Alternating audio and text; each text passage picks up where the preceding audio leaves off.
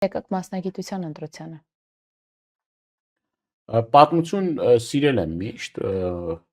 եւ այդ պատմական գրքեր կարդալով ինչ-որ մի պահի արդեն բարձր դասարաններում հասկացա, որ պետքա պատմության մասնագետ դառնամ եւ նախնական ընդունվեցի Իջևանի համալսարանը, պետական համալսարանի մասնաճյուղը, Երևանի պետական համալսարանի Իջևանի մասնաճյուղը, այնուհետև արդեն մագիստրատուրան շարունակել եմ Երևանում եւ շատ լավ ընկերներ եմ ձեռք բերել, ուսանողական ընկերներ, այդ ուսանողական տարիներն էլ շատ հետաքրքիր տարիներ, բայց ցավոք իմ մասնագիտությամբ չեմ զբաղվել,